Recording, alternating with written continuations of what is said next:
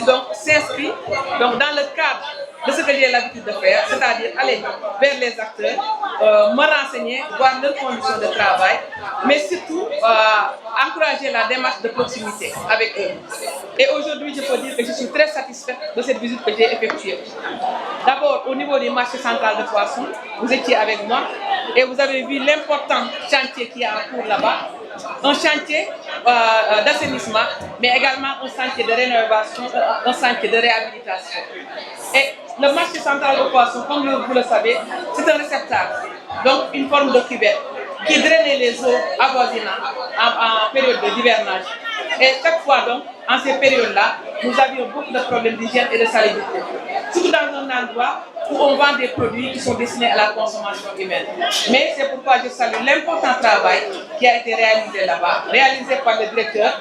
Donc vous avez vu avec moi, donc, le problème d'assainissement est oublié. Et aujourd'hui aussi, nous travaillons à améliorer les conditions de travail des femmes qui sont là-bas, au niveau du marché Diola. Et le département s'est engagé à réfectionner donc, là où elles sont actuellement. Maintenant, après ça, j'ai visité le PDA de Soumbédioune. Comme je le disais tantôt, je ne peux pas parler de ce PDA sans remercier le royaume chérifien du Maroc.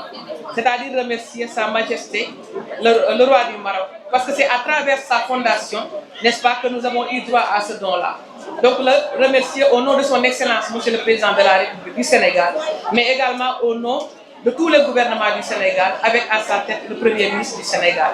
Et c'est un don, comme vous l'avez vu, donc évalué à hauteur de 3 milliards ou même un peu plus.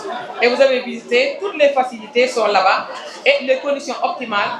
Il ne reste que la mise en service.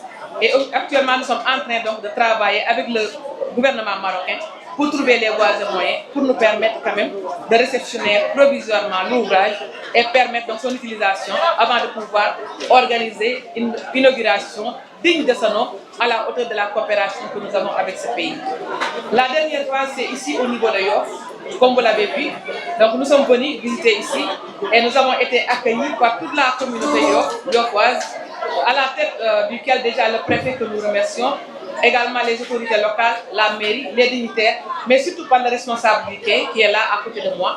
Et nous avons pu visiter et voir les réalisations importantes qui sont en train d'être faites au niveau de ce quai.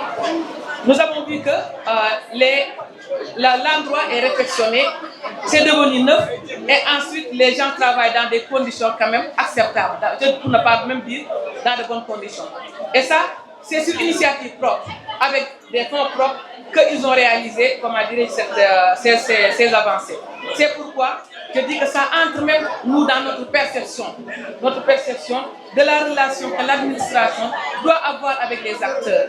Parce que l'État du Sénégal construit des quais, construit des infrastructures, mais les met à la disposition des acteurs. Mais ce qu'on avait l'habitude de voir, c'est que chaque fois qu'il y a un problème, c'est vers nous qu'on revenait.